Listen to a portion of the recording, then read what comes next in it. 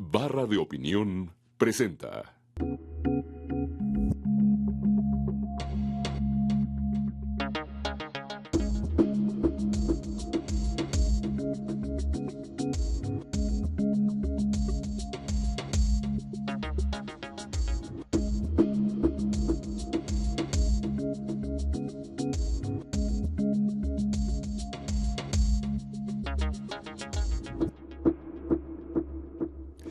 Muy buenas noches, bienvenidos a esta emisión de Entre Tres. Como usted sabe, desde hace ya algunas semanas hemos iniciado una serie de programas, de entrevistas, de conversaciones con los personajes de la vida pública nacional que abiertamente han dicho: yo aspiro a ser presidente de la República o presidente de la República Femenina, en el caso de Josefina Vázquez Mota. Y han estado en esta mesa precisamente Josefina Vázquez Mota, Santiago Krill, y esta noche tenemos el gusto de recibir a Marcelo Ebrard. Marcelo, muy buenas noches. Hola, ¿qué tal? Bueno que estás con Gracias por invitarnos.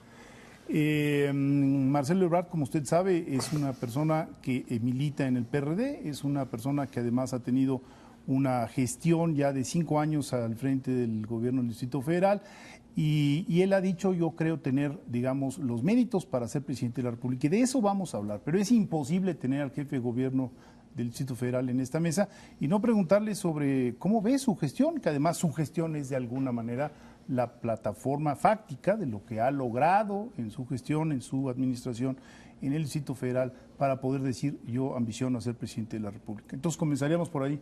¿Cómo va esta ciudad, Marcelo? Bueno, déjame hacerte un resumen. Siempre los resúmenes pueden ser malos, entonces es un riesgo que hay que correr. Pero yo te diría, bueno, primero nos propusimos que la ciudad estuviese al margen de la tendencia nacional en materia de inseguridad. Entonces hoy nuestros indicadores en la ciudad nos dicen: bueno, estamos ligeramente un poquito abajo de lo que teníamos en 2006. No en todos los delitos, pero de manera agregada. Y bueno, hemos hecho muchos programas, no voy a decir todos. Usar la tecnología, tenemos casi ya 11,000 cámaras en la ciudad, es un sistema bastante complejo. Y yo diría que ha mejorado mucho el seguimiento y la investigación de delitos que nos preocupan mucho, como el secuestro, el robo de vehículo. Robo de vehículo andamos en promedios de alrededor de 60, cuando llegamos a tener el doble. 120. 120, en fin, ¿no? Entonces yo diría que en ese primer objetivo estamos en la ruta. El segundo objetivo que nos propusimos fue hacer crecer el sistema de bienestar social de la ciudad, que es un sistema que ahora tiene un solo padrón, sabes a qué familia estás atendiendo y qué cosas te hacen falta todavía para que tengas un sistema completo. ¿En qué hemos invertido más? En educación, yo diría en los últimos 5 años. Estamos apoyando a 200,000 jóvenes, casi toda una generación completa en educación media superior, escuelas públicas. Digitalizamos todas las escuelas públicas ya, estamos en 97% ya de avance. Y bueno, vamos a seguir invirtiendo en esa misma línea. El otro objetivo que nos propusimos es cambiar la movilidad y el espacio público lo más posible en la ciudad. Movilidad, ¿por qué? Porque tienes una ciudad con 3,5 millones de vehículos, tienes cada vez más movimientos a más largas distancias. Entonces ahí invertimos en una nueva línea del metro, lo que ha sido el crecimiento del Metrobús. En fin, cambiamos 70,000 taxis que estaban ya muy mal. Ahora introdujimos lo de las bicicletas, que es un sistema de transporte público complementario, si quieres. Hay 24,000 usuarios. Y bueno, se ha hecho un esfuerzo muy grande en lo que tiene que ver con movilidad. La idea es que tengas cada vez un transporte público mejor en la ciudad. Hemos retirado como 4,300 microbuses. En su lugar ahora hay autobuses. No solo Metrobús, hay otras iniciativas. Bueno, el otro tema que nos propusimos es acelerar el cambio de la economía de la ciudad. Hacia una economía de servicios, Más de conocimiento, diría yo, que no es fácil, ¿eh? No. Entonces... Ahora, en este asunto de, digamos, cambiar la economía del país, de la Ciudad de México, empujarla hacia la economía del conocimiento, y en relación con lo que decías hace un momento de la importancia de la educación en la ciudad, hay una institución que depende de la ciudad, del gobierno de la Ciudad de México, que es la Universidad de la Ciudad de México. La Autónoma. La Universidad Autónoma de la Ciudad de México. Y ahí me parece que habría que cuestionar cuál es el modelo educativo y si, digamos, esta forma en que está trazada la idea de la universidad, por ejemplo, en ausencia de un examen de admisión y de que uno entre pues por un sorteo, sin ningún requisito de mérito, y que ya después de varios años de haber sido fundada, pues el desempeño y los resultados, pues para decirlo amablemente, dejan mucho que desear. Ahí habría mucho que cuestionar del énfasis pues de la educación, y sobre todo la educación superior en la Ciudad de México, de acuerdo a los asuntos en donde el gobierno de la Ciudad de México tiene una responsabilidad directa. Bueno, yo te diría que nosotros hemos hecho una inversión en educación que ha crecido como 5 o 6 veces, tanto por el apoyo económico a toda una generación, con independencia de la institución de la que se trate, ¿no? Hablamos de la Universidad Nacional, del Politécnico, en fin, muchas instituciones.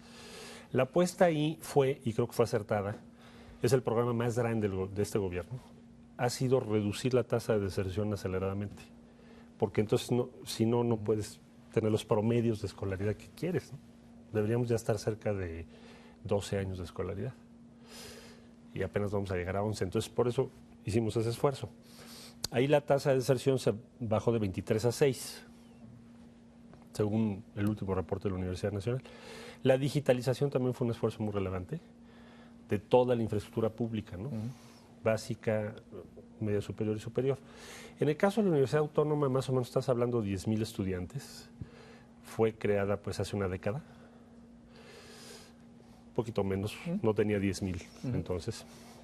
Y yo simpatizo mucho con los proyectos de reforma que ha presentado la actual rectora, que tienen que ver con lo que tú dices. Primero, elevar el número de egresados.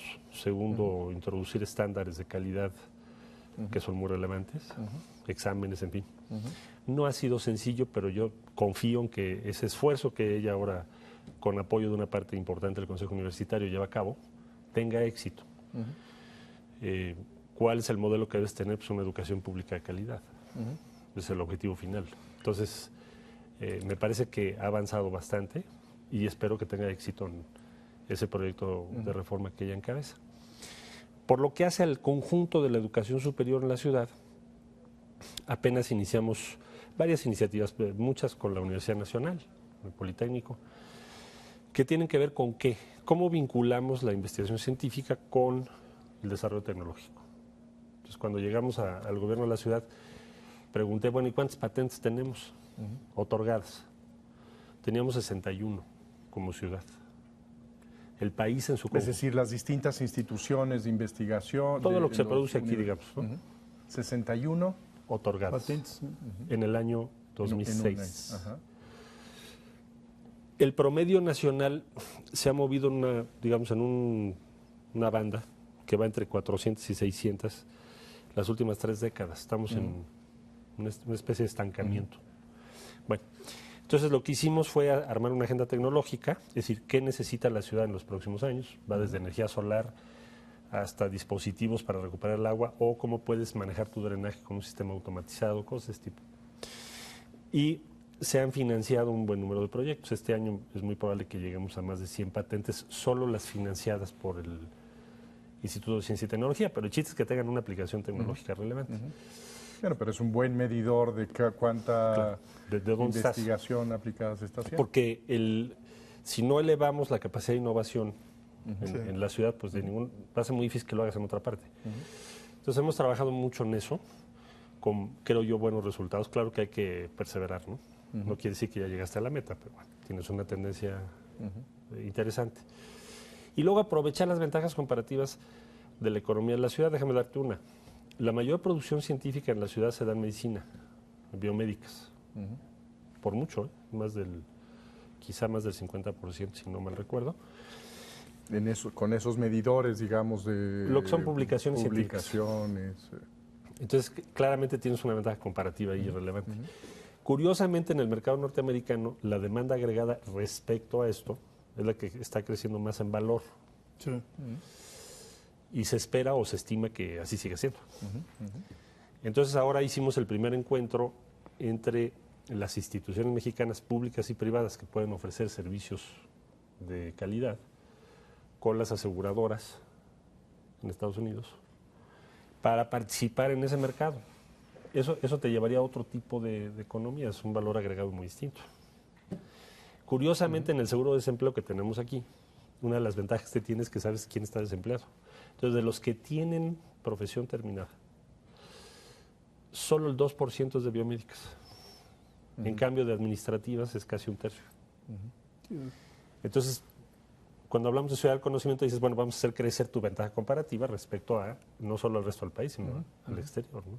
Ahora, la Ciudad de México ha sido y es siempre como la punta de lanza de muchos de los cambios del país. Sí.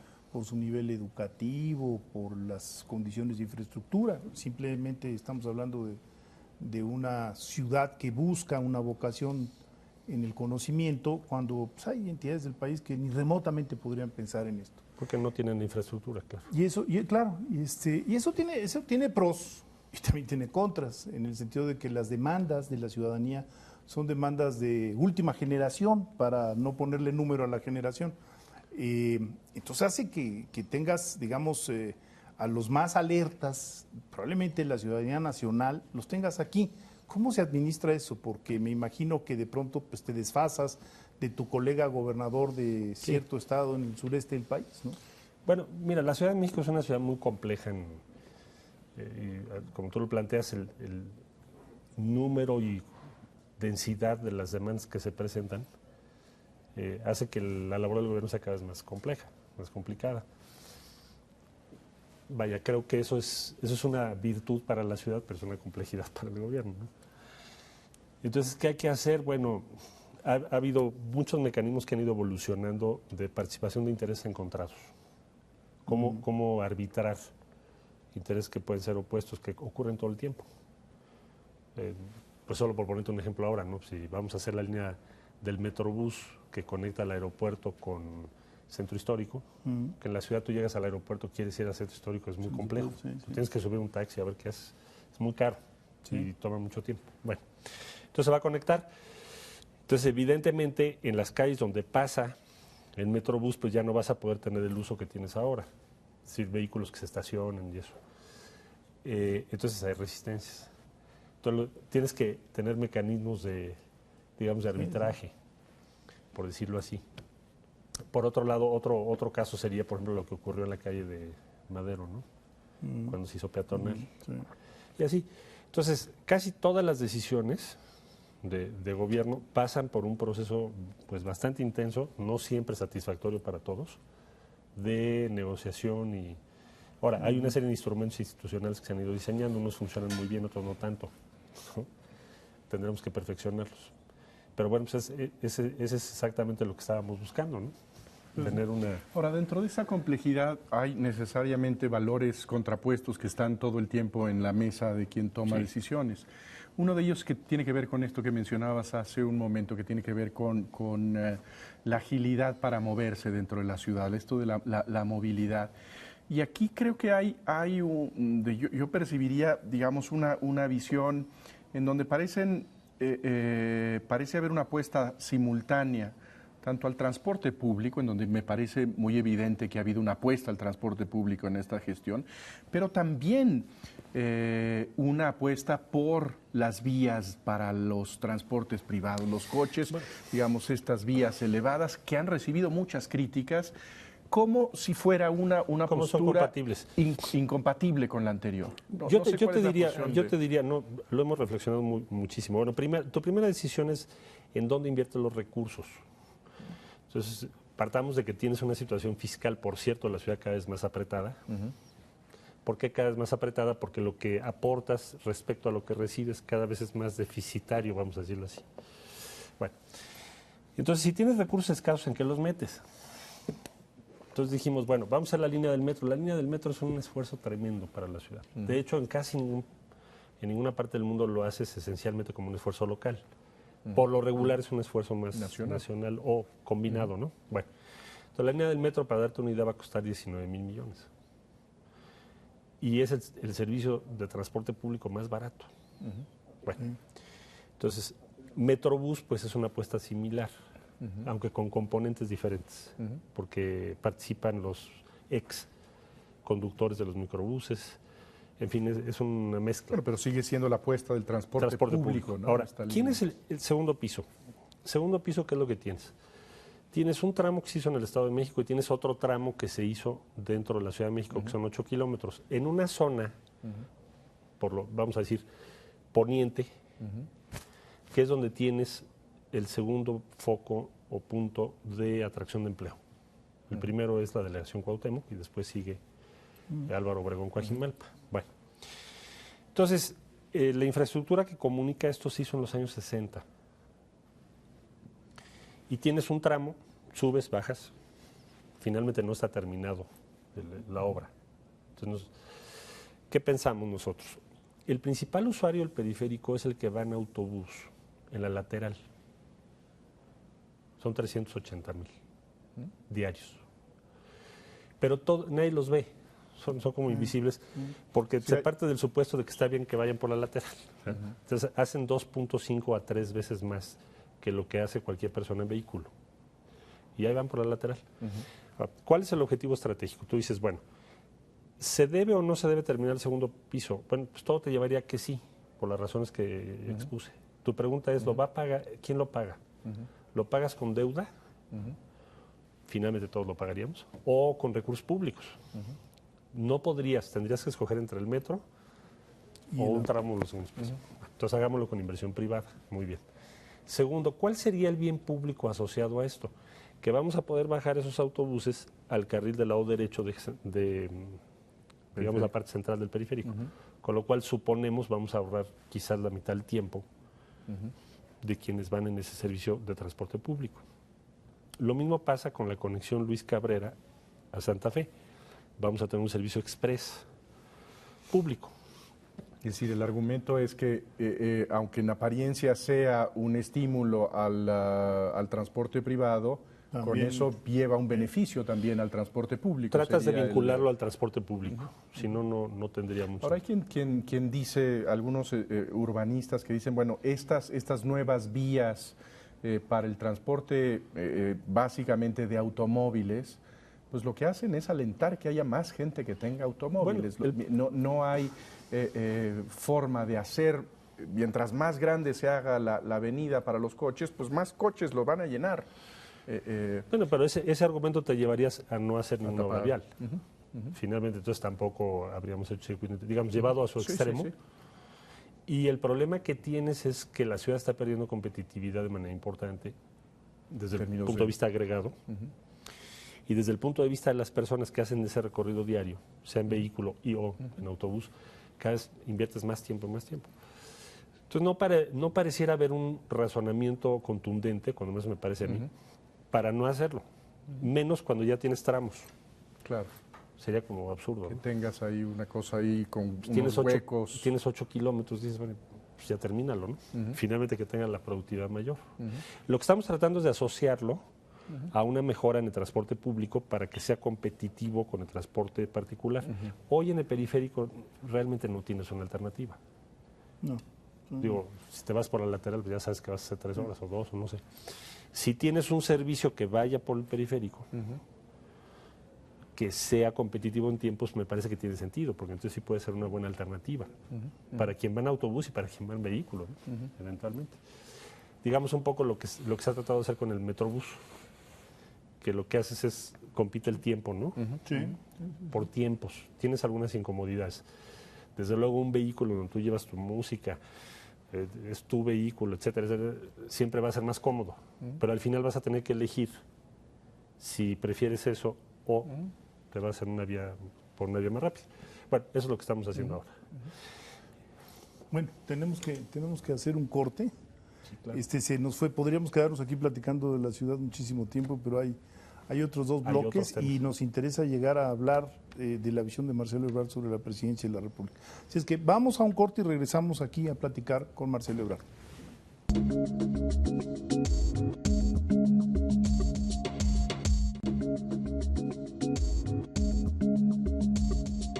Bueno, seguimos hablando con Marcelo Ebrard. Estábamos hablando hace un momento de la Ciudad de México.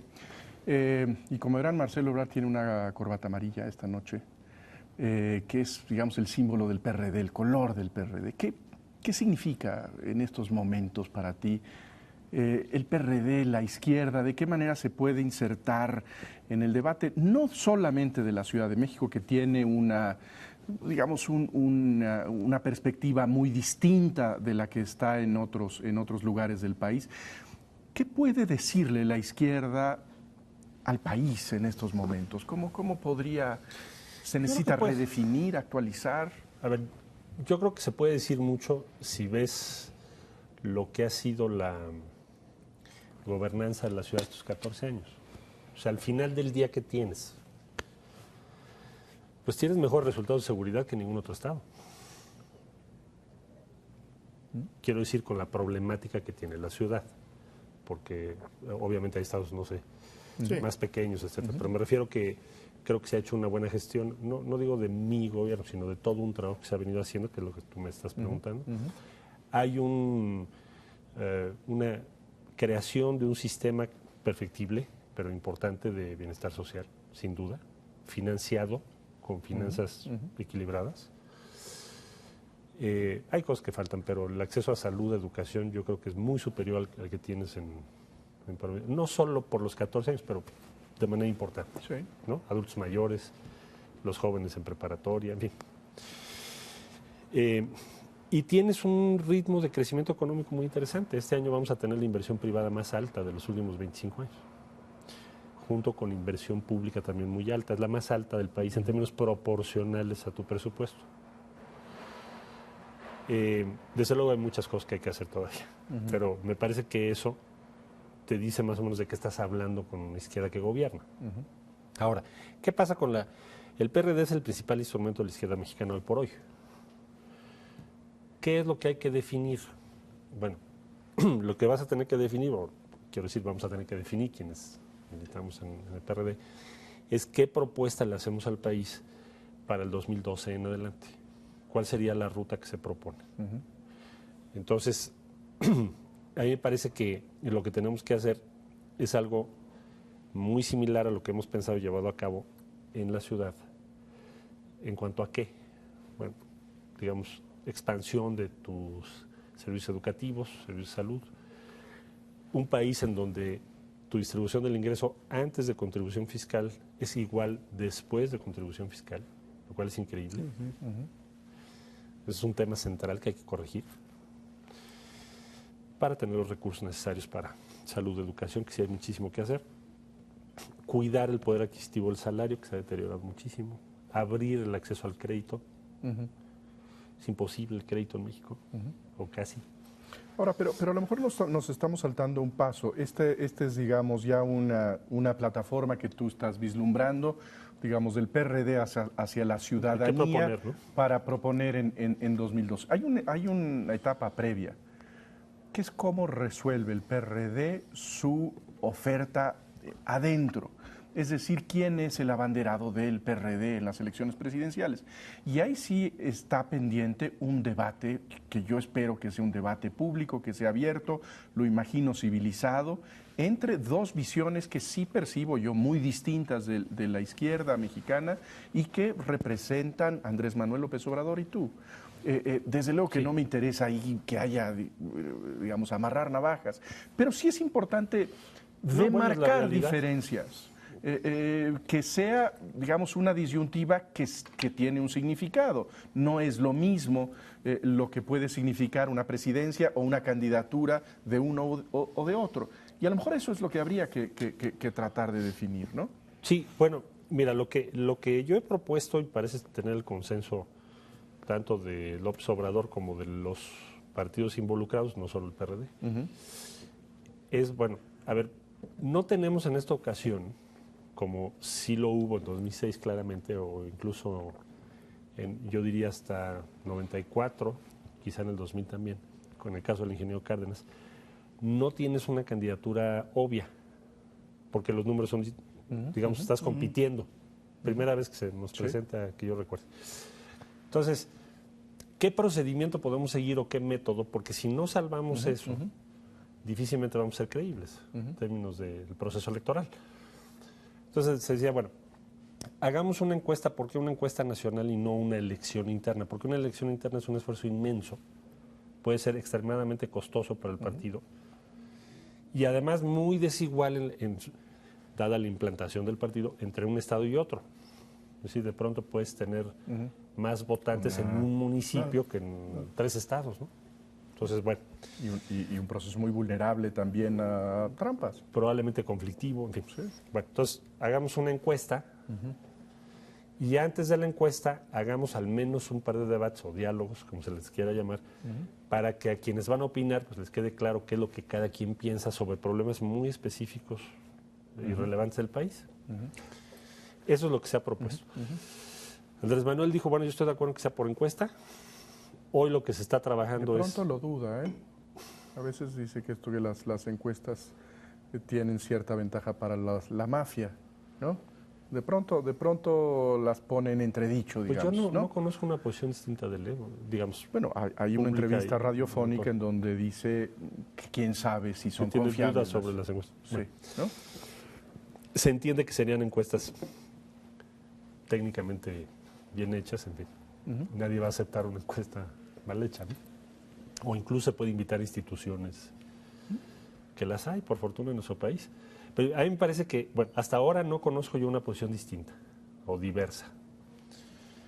Y no creo que se llegase a plantear una posición diversa cuando ya se ha dicho, bueno, la encuesta es el mejor método. Si se dijera ahora, hagamos elecciones internas, bueno, pues habría que justificar entonces, ahora por qué sí, ¿no? Eso se habló hace meses. Bueno, entonces, mi punto es, nosotros tenemos que tener un método abierto, muy transparente. Una encuesta me parece muy lógico. Se ha usado en ocasiones, no para la presidencia, con éxito. En elecciones locales. O incluso en el DF, ¿no? Y entonces hay que irnos por una ruta en ese sentido y finalmente pues, acatar los resultados de la encuesta. Ahí sí, no hay vuelta de hoja. Yo decía, un par de diálogos o debates para ese objetivo. Sí. Ahora, Marcelo, hay un dilema para la izquierda realmente doloroso. Si la izquierda se divide, pues francamente van a quedar en proporciones, digamos, muy pequeñas, muy marginales. Y eso para los equilibrios del país es muy grave. Sí, eso sería muy mala idea. Un país que ha sido gobernado por un partido de centro-derecha, por denominarlo como ellos mismos se definen, un país en donde habiendo muchísimas carencias, habiendo muchísimas necesidades, el pensamiento progresista no abunda en demasía. Si Andrés Manuel López Obrador está en la boleta, como muy probablemente esté por parte de Convergencia y en la boleta probablemente por el partido, por el PT, pues entonces a ti se te presenta también una situación muy complicada, porque si peleas al interior estar en la boleta por el PRD, entonces vas a dividir el voto de la izquierda. No me gustaría estar en tus zapatos, porque, digamos, hay quien dice, bueno, es que esta no es la de Marcelo, a Marcelo le corresponde la próxima, que se vaya al Senado y que una vez que López Obrador, digamos, no es Rambo, no puede haber versión 1, versión 2, versión 3, entonces bueno, que él se lance, 3, ¿no? ¿Qué piensas al respecto? Porque como militante, pues tú dirías estoy en contra de la división, pero pues también es tu caso, ¿no? Tú eres el 100% de la Sí, de yo la te diría, situación. hasta ahora lo que yo he conversado con Andrés Manuel y lo que veo es, vaya, no tengo indicios o elementos para pensar otra cosa, es que esa encuesta se va a realizar, porque no tiene otra solución posible. ¿Piensas en una encuesta? ¿Piensas en 3? Digamos, tendría que ser una para que sea, digamos, Pienso, que sea, digamos, que juegue todo a esa encuesta, o que pudiera haber 3, o que pudiera haber, no sé, cómo se ponderan. yo lo que he esos? propuesto es que se haga Una. porque quizás hacer 3 sería más complejo. Pues sí. Además tienes un tiempo que marca la ley, que es el registro de las coaliciones, Sí. que es en el mes de noviembre, Sí. hacia la segunda quincena de noviembre. Entonces, por otro lado, las precampañas son ulteriores, o sea, es una legislación Sí, a poco difícil de absurda. entender eso, Sí. porque si dices, ver, te pongo aquí las coaliciones y luego son las precampañas. Sí. Entonces, ¿de qué se trata, verdad? Pero en fin, así está la ley. Entonces, una encuesta no es un proceso interno propiamente dicho. Cualquiera puede publicar. Bueno, hoy hay encuestas publicadas. Entonces, Con buenas noticias para ti, ¿no? con buenas noticias, sí. Y otras preocupantes, pero en fin, no todo siempre es bueno. Pero a lo que voy es, que es tu pregunta, O sea, yo parto de una decisión fundamental, que es sujetarme a un proceso que hasta ahora no se ha propuesto otro. Lo que sí no voy a aceptar es que alguien diga yo voy y a mí no me importa nada. Es como si yo dijera no, eso no podemos hacerlo. Y creo que el costo sería muy alto, no solo para el conjunto de la izquierda, sino para quien se vaya por esa ruta. O sea, lo más sensato, me parece, a la luz incluso de lo que piensan quienes militan en los partidos de izquierda, es que hay un procedimiento claro que te permita resolver. Ahora, si somos capaces de eso, pues eso te coloca en una posición política muy distinta en términos de competencia. Sí. Sin duda. Si no eres capaz de eso, entonces también no te lleva a lo que tú me dices, que es una locura, ¿verdad? Sin duda, yo creo que digamos, si se logra salvar ese escollo, me parece que en una elección como la que pinta, pues yo creo que la izquierda puede ser el foco que polarice, digamos, que tenga el imán de la animadversión que todavía suscita el PRI. Y en donde las elecciones, como se han presentado en los últimos años, que sean básicamente polares, yo creo que el PRD puede ser la opción que cuestione el regreso que algunos dicen inevitable del PRI. Yo creo que estaría bien ubicado. Eso sería tu entrada. Sí. Yo coincido absolutamente contigo. Entonces, es algo que hay que lograr. Sí. Hasta ahora, en lo que he conversado con él, esa es la situación. Me dicen, oye, ¿tú crees que eso va a ser así? Bueno, es que en política no puedes guiarte por una especulación, puedes tener un plan B o un plan C. Pero sí por la experiencia, Marcelo. Tú en tu discurso del 21 de junio hablaste como una diferencia central entre tu visión de la izquierda y otras, no la nombraste, pero no hacía falta, tu compromiso con la legalidad sin ambigüedades. Bueno, a mí me parece un punto central. Yo creo que eso es central y creo que tiene que ver con un compromiso con instituciones, con la ley, pero que tiene que ver también con un compromiso con ciertos referentes de neutralidad que existen como las encuestas. A mí me parece que tu apunte, que sale así un poco como sin quererlo, es una diferencia central que sí genera en muchos una duda de que el otro personaje esté dispuesto a acatar esas instancias de neutralidad que son las leyes, que son los tribunales o que son las encuestas. En ese mismo sentido, yo quisiera decir, yo creo que tú has hecho un trabajo muy delicado, porque si uno compara las gestiones de Andrés Manuel López Obrador y la tuya, uno se da cuenta de que en los hechos tú has ido cambiando de estrategia en muchas cuestiones. A ver, comienzo por lo más evidente. Mientras durante la gestión pasada no se construyó un metro de metro, pues tú decidiste echar adelante el metro. Mientras en la gestión pasada, digamos, no se dieron pasos en cuestiones no solo simbólicas, sino importantes en la convivencia. Estoy pensando en las sociedades de convivencia, que nacieron, tú y yo firmamos hace 10 años, ¿te acuerdas? Los primeros papeles sobre este tema. Estoy pensando matrimonios entre personas del mismo sexo, estoy pensando en aborto, estoy pensando en una serie de temas que para los equilibrios del país son muy importantes. Entonces, sí ha habido un avance. De hecho, se trata de dos izquierdas diferentes. Yo no voy a decir aquí, bueno, cuál me gusta más o cuál me gusta menos, pero sí hay proyectos distintos y tú los apuntaste en el procedimiento, digamos, de aceptación de este impulso hacia la presidencia de la República. Y coincido con Jesús, si esto va en serio, pues vamos a terminar con dos posiciones bastante diferenciadas. ¿Cómo piensas que se va a procesar por el parte del PRD? Del PRD y de Andrés Manuel López Obrador. Los demás partidos. ¿Van a asumir esta modernidad de izquierda? Es un poco lo que decía Carlos Fuentes el otro día, bueno, una izquierda más moderna, una izquierda menos populista, una izquierda más consciente de las responsabilidades de gobierno.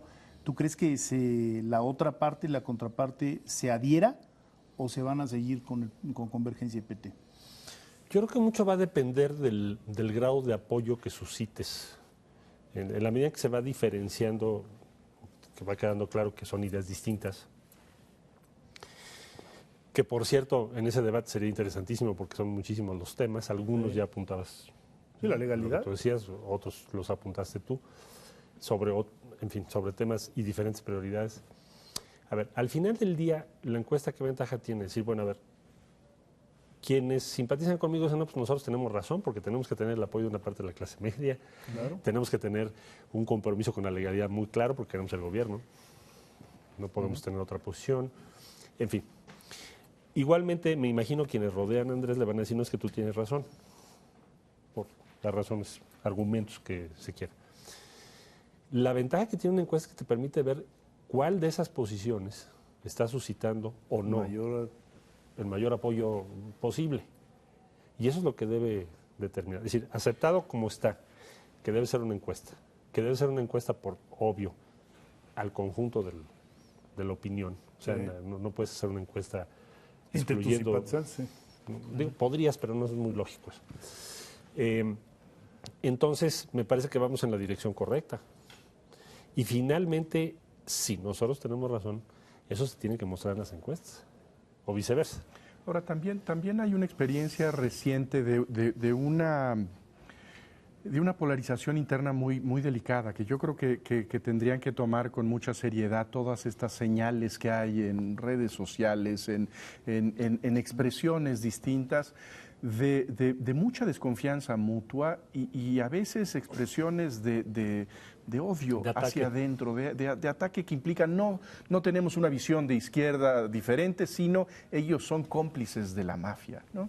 Y en ese aspecto yo sí veo que hay de pronto señales que sugieren, bueno, pues nos la jugamos solos. Jesús Ortega, por ejemplo, lo dijo hace unas semanas, en donde dice nosotros estamos dispuestos a irnos por nuestra propia cuenta. Me parece un mensaje delicado. Quizá tiene que ver con la gestión de las amenazas públicas, pero yo creo que sí hay ahí también existe, sí hay digamos, una racionalidad para la unión. Hay pasiones que van para pues mira, para lados rivales, ¿no? Pero por supuesto, y hay animadversiones de muchas personas, sí, en fin, que siempre es una mala idea en política, ¿no? Cada vez que descalificas a un adversario por razones morales o quién sabe qué, bueno, salvo que sean justificadas. Pero bueno, entonces yo no voy a caer en eso. Procuro que quienes simpatizan con nosotros tampoco lo hagan. Y al final del día me parece que los incentivos, por decirlo así, o los razonamientos que están en favor de que se haga una encuesta y respete, son muy altos respecto a cualquier otra postura.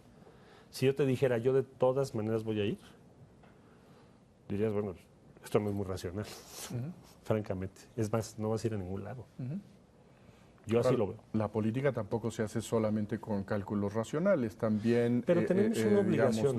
Tenemos ¿sí? una obligación quienes estamos o buscamos encabezar ese proyecto. Es decir, yo entendería que, por supuesto, hay intereses, hay pasiones, sí, pero digamos, quienes somos los directamente responsables, no creo que podamos ni debamos pensar en otros términos, porque inclusive nos va a ir muy mal.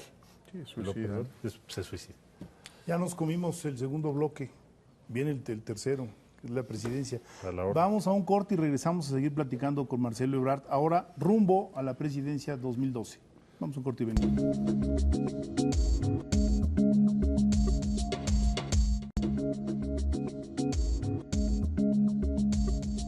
Bueno, seguimos hablando con Marcelo Ebrard, hemos hablado un poco de la ciudad, hablamos de las dificultades para tener una candidatura de unidad de la izquierda mexicana. Creo que sería importante hablar de cuál sería la propuesta de Marcelo Ebrard de llegar a la presidencia de la República. Y a mí me parece que quizá podríamos, lo podría plantear en términos de cuál sería la iniciativa, digamos, eje que podría plantear Marcelo Ebrard al llegar a la presidencia. Es decir, ¿cuál es la prioridad? Yo creo que son dos cosas que por cierto están muy vinculadas y que tienen un resultado. Voy muy breve, muy rápido. El país tiene un dato muy desalentador, que es el crecimiento de la pobreza. Eso es apabullante, ¿no? Cada año nos enteramos cuántos millones más tenemos. No obstante que somos un país que está junto a la economía más grande del mundo, con problemas, pero finalmente es la economía más grande del mundo. Entonces, mi primer objetivo estratégico sería reducir la pobreza mexicana. Sé que no es sencillo, pero esa es la meta al final del día. Estás hablando de 52% de la población, 18,5 millones en situación extrema, en fin. Eso me parece muy grave, eso no es posible y eso no se puede sostener. El otro que está muy vinculado es las mediocres tasas de crecimiento económico de México, inexplicables casi, incluso en el contexto de América Latina. Entonces, no planteo abandonar medidas sensatas que han dado resultados para mantener la estabilidad económica del país, por supuesto. Pero me parece que no hay justificación para algunas cosas que yo comentaba hace un momento. Una distribución del ingreso muy mala y después de contribución fiscal igual, pues, no puede ser, ¿no? Eso se puede corregir, es un tema de política pública. El tema de el acceso al crédito, solo te doy un dato. En México si creemos sumas, tarjetas de crédito, en fin, penosamente andarás llegando a 23%, algo así, quizá 24%. Chile tiene el doble. Entonces no veo cómo pueda crecer nuestro mercado interno con esas condiciones. Ahora nos hablas de dos Salario objetivos. mínimo también. Bueno, Dos objetivos. Crecimiento económico y reducción de la pobreza. Pero digamos, Al final del día. ¿cuál es la palanca, digamos, que hay que mover para que estos dos objetivos... O sea, ¿cómo le vas a hacer? Sí, y me gustaría tratar de ver tu sentido de prioridad en cuanto a acciones, en cuanto a decisiones. ¿Cuál sería la iniciativa central? Bueno, yo creo que tu gobierno? tienes que hacer varias cosas. Primero, todo lo que es en el esfuerzo respecto a la economía del país, hay mucho que hacer. Mencionaba yo algunas de las medidas posibles. Es todo un paquete de medidas para lograr 2.5 más de crecimiento del Producto Interno Bruto en condiciones de estabilidad económica. Creo que Pero es a ver, factible. ¿cuáles son esas medidas? Bueno, yo te diría expansión de crédito, aumento de la inversión en infraestructura, que es muy baja. Habría que hacer un programa de vivienda bastante importante para los sectores no formalizados o que no tienen acceso ni a vivienda de Infonavit. Estamos construyendo en el país 750,000. Creo que podría llegarse fácilmente al doble. Brasil está arriba de 2 millones. Necesitaríamos una acción muy importante de proyectos gubernamentales y proyectos privados respecto a la infraestructura en general. Está el tema del sector energético, hay que entrarle a Petróleos Mexicanos, darle mayor autonomía. A ver, entrémosle. ¿Qué quiere decir para ti tocar ese tema? Un tema que ha sido un poco tabú en tu, digamos, en tu partido. Yo lo que diría es que el tipo de manejo que tienes hoy de petróleo... A ver, estructuralmente Petróleos Mexicanos, ¿qué es? Además de una empresa inmensa, está demasiado subordinada como tal a las decisiones de la administración, básicamente vía la Secretaría de Hacienda. Eso es histórico, ¿no? Vaya, no te hablo de algo novedoso. Entonces, es muy difícil administrar una empresa de ese tamaño cuando no tienes ningún margen de decisión ni de acción. Entonces, a mí me parece que Pemex debería de tener un grado de autonomía muchísimo mayor, que no tiene que ver necesariamente con el tema de privatizar. No, simplemente con pero otro no rol. tendrá que ver también con competencia, con tener señales de competencia absolutamente. A las que hemos pero tu punto de ¿no? partida es que la subordinación en la que está, bueno, hasta las decisiones del Consejo de Administración se toman en otras esferas. Es imposible manejar esa empresa como está. Pero Ahora entiendo por supuesto, que el pico de producción petrolera mexicana fue en 2004 y que hoy estamos en una situación muy difícil.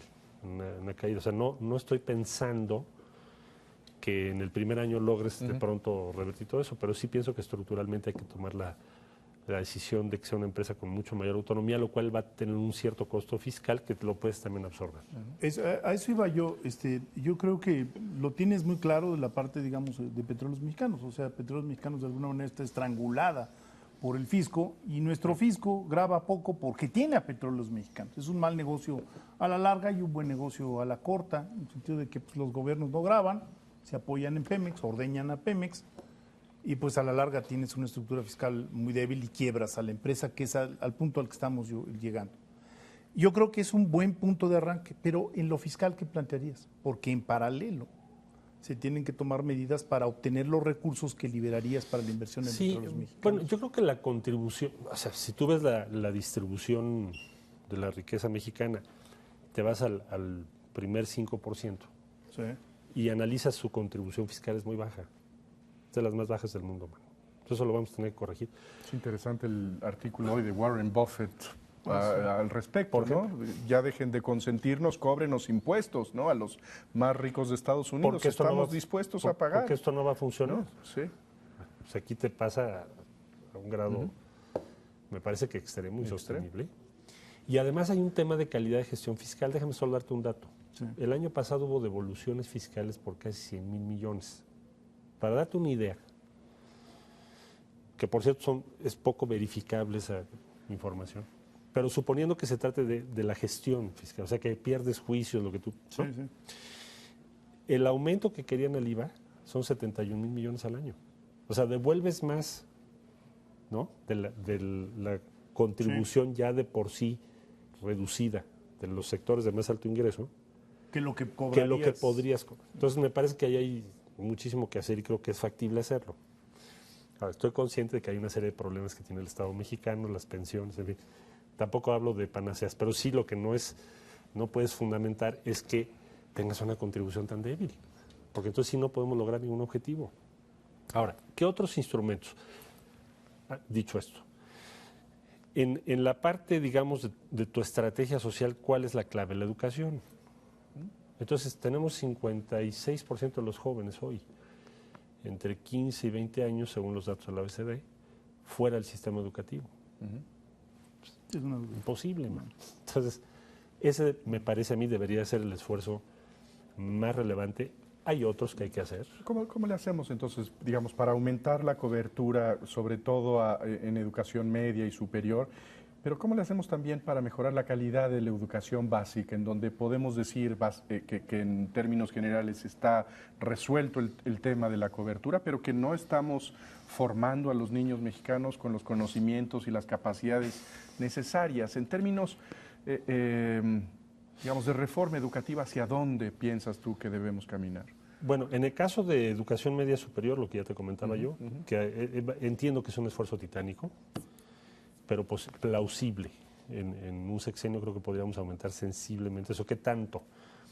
Bueno, si te vas a porcentajes agregados y tu posibilidad de acceso a educación superior es 30 hoy, deberíamos estar llegando arriba del 52%. No hay razón por la cual México no pudiera plantear ese objetivo. En educación básica, ¿qué hay que hacer? Yo pienso que hay que hacer un sistema que te permita evaluar el desempeño de los maestros. Creo que se puede hacer. Bueno, en eso ha caminado un poco la gestión del presidente Calderón. Digamos, ahí son pasos quizá tímidos, pero ahí van. Esa es la línea de la administración Habría que hacerlo actual. más rápido. Y tenemos que ampliar horarios, que va a tener su costo. Y el otro concepto es todo lo que puedes meter de extracurricular. Un poco lo que hicimos aquí con los niños de primaria que tienen mejores calificaciones, que hicimos cursos extracurriculares. Vaya, los más socorridos son cómputo e idiomas. No porque nosotros así lo hubiésemos definido, es lo que te piden. Aquello que decía la Bastida. Que tiene lógica, ¿no? ¿Te acuerdas que lo criticaron mucho? Y Quizá no lo dijo como debía decirse, Sí, pero sí. tenía razón en Sí. ese sentido. Bueno, entonces, todo eso que te acabo de decir yo creo que lo podemos hacer ahora. Hay que tomar en cuenta que tienes niveles de calidad muy distintos en el país. Y por lo tanto va a haber entidades federativas donde tienes que hacer un esfuerzo muy grande. Típicamente, digamos, el sureste mexicano. Sí. Entonces, sé que no es algo que puedas lograr en todos lados al mismo tiempo, pero debiera ser nuestra gran tarea nacional. Yo no me explico cómo pudiera no plantearse eso. Marcelo, un nudo que ha vivido el país desde 1997 es de alguna manera también producto del diseño institucional, y es que los partidos que están ganando con porcentajes que no les dan Sí. para realmente tener una presencia fuerte en el legislativo. ¿Qué opinas de las coaliciones? ¿Buscarías una coalición de gobierno para realmente intentar tener una mayoría y poder formar una mayoría, negociar planes de gobierno y una vez que se negocian estas cuestiones, poderlas sacar adelante? Porque si no la presidencia parece una vitrina muy desgastante, ¿no? Pues intentan muchas cosas y pocas avanzan, pocas... Yo sé, mira, estamos en un país con una tradición presidencialista muy, muy grande. Lo que yo pienso es, necesitas varios acuerdos nacionales. Uno, el primero es cómo tomas las decisiones. Sí. Y me parecería que lo más lógico es que tuvieras o casi necesariamente vas a tener que armar un gobierno de coalición. Entonces, hay como dos maneras de hacer las cosas. Una es suponer que un partido tenga mayoría absoluta, cosa que será siempre una excepción muy grande. Puede ocurrir, pero es una gran excepción. A lo que nos hemos habituado es a que el Ejecutivo no tiene mayoría absoluta. Y eso se debe a que nuestro sistema de partidos tiene más de 2 grandes partidos. Sí. Entonces yo sería partidario de que hubiese gobiernos de coalición donde claramente los ciudadanos sepan que ese gobierno, cuáles son sus objetivos comunes, cuáles son las políticas públicas que van a defender, y eso te garantizaría tener mayoría para llevarlo a cabo. Lo puedes hacer de otra manera también, puedes llegar a acuerdos puntuales, y ahí el problema es que los ciudadanos rara vez tienen claro de qué se trató esa negociación. Son muy alejadas del... Te planteo 2 escenarios. Te amaneces el primer domingo de mes, o más bien el primer lunes del mes, y estás cierto de que ganaste la elección, pero tienes 30 y tantos %. ¿A quién buscarías? ¿Buscarías a un partido? ¿Buscarías puntos en concreto? Yo buscaría, es decir, sobre la base de lo que aquí hemos dicho, claro que hay muchos temas que no tocamos, pero si nos vamos a ir sobre este plan, qué partido o cuáles de los partidos podrían coincidir? Es que no hay muchas este opciones, digamos, o buscas una coalición con el PAN o buscas una coalición con el PRD, en el entendido de que PT y Convergencia estarían, digamos, que se logró una unidad en la izquierda.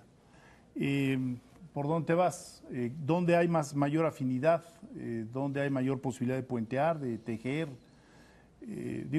Ese es un escenario. El otro es tú vencido, saberlo.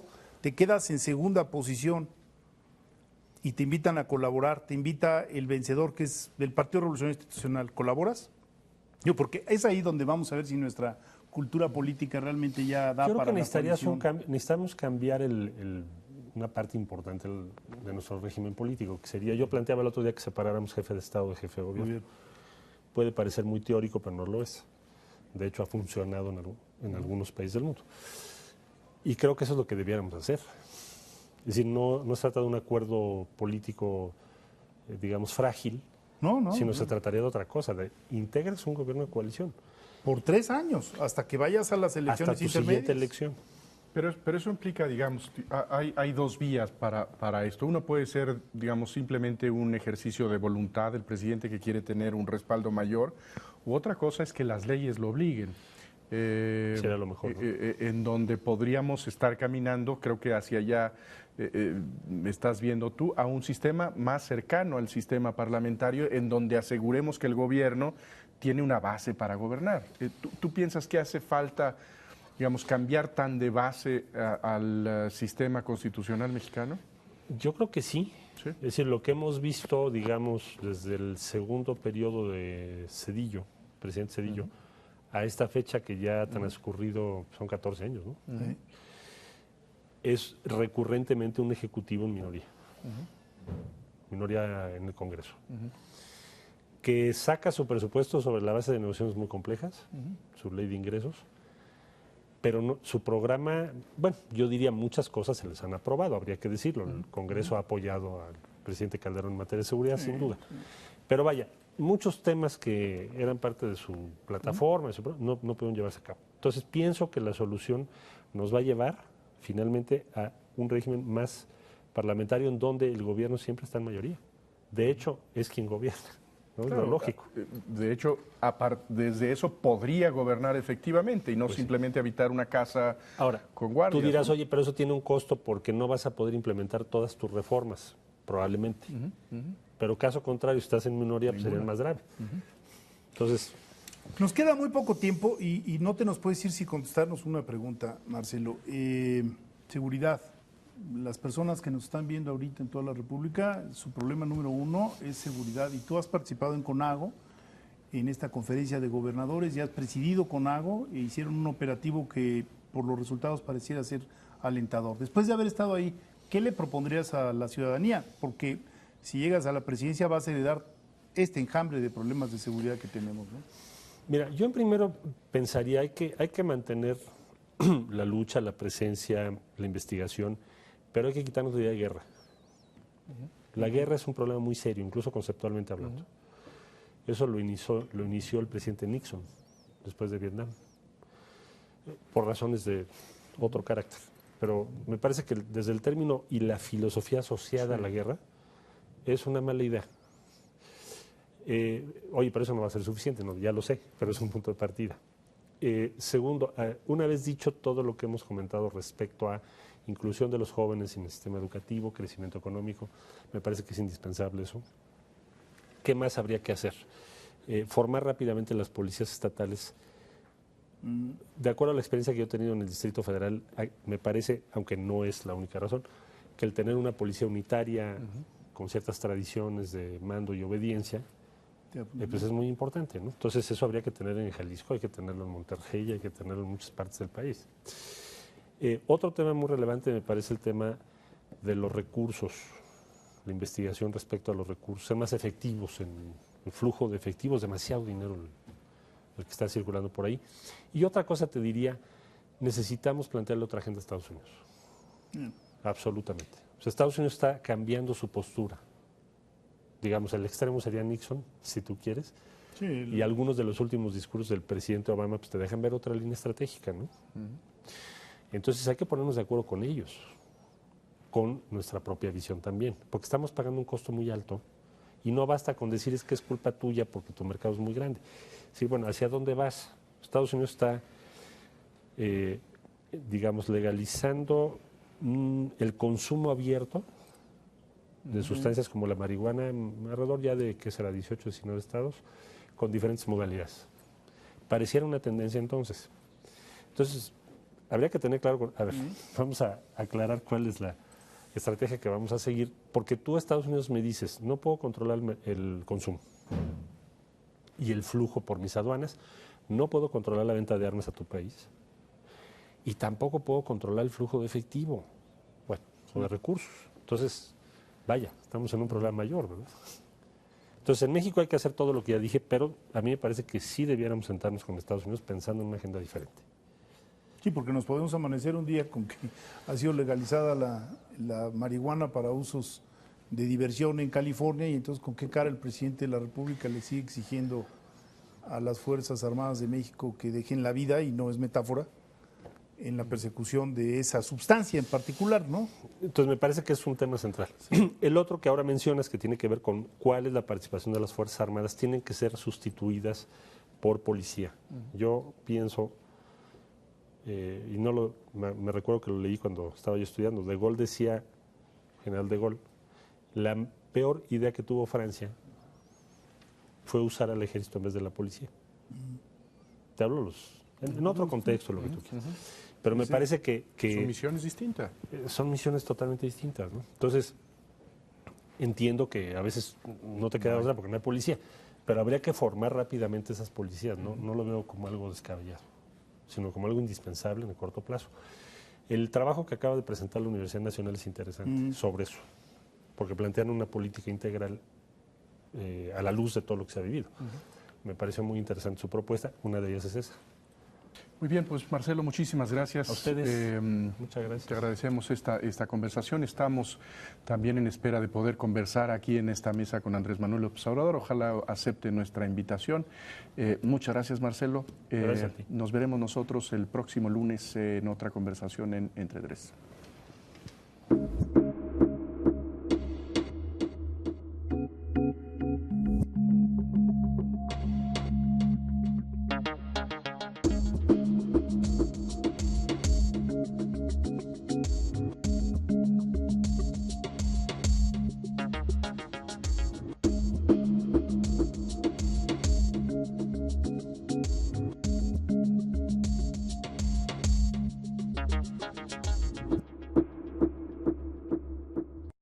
Barra de Opinión presentó.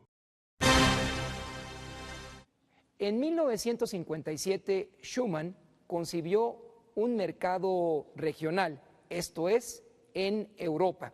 Fueron 3, 6, 9 y 12 naciones las que posteriormente se integraron a la Comunidad Económica del Carbón y del Acero, la CECA, Comunidad Económica Europea, y desde enero de 1994, Unión Europea.